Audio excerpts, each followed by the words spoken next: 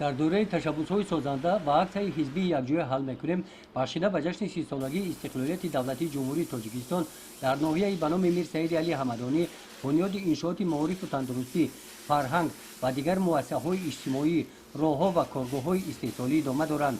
با پیشنهاد کمیته اجرایی حزب خلقی دموکراتیک تاجیکستان و دستگیری اعضایان حزب ماه ایول در دهه باغستان جماعت دهاتی به نام توردیف زیاده از 1 کیلومتر راههای بین محله‌های دهات سنگفرش کرده شدند.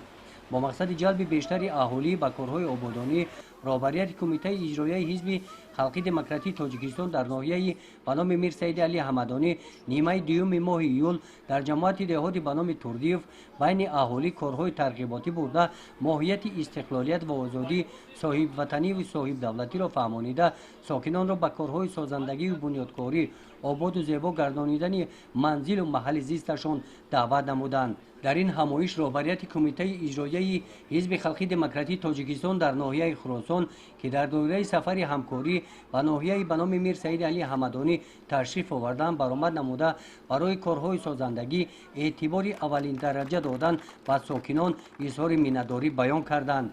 در سمت معارف برای پیش از مهلت آماده سازی مکتب به سال نو تحصیل با دستگیری اعضایان حزب برای تعمیر صنفخانه‌های مؤسسه تحصیلات میانه عمومی رقم 35 واقع در دهه باغستان مسائل ساختمانی دسترس گردیده صنفخانه‌ها پورا از تعمیر برآورده شدند.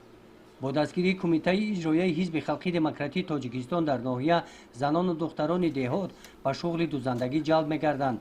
در جماعت دهات به نام توردیف در دهه باغستان این گروه زنان و دختران عبارت از 15 نفر با رهبر تشکیلات ابتدایی حزبی فاطمه یارمت و کسب دوزندگی را از خود نمودند.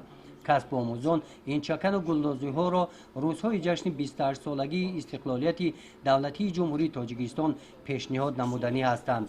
در دوره اکسیه حزبی یکجای حل میکنیم بنای کمیته اجرایی حزب خلقی دموکراتیک تاجیکستان در ناحیه میر سعید علی حمدانی ساختمانش ادامه دارد.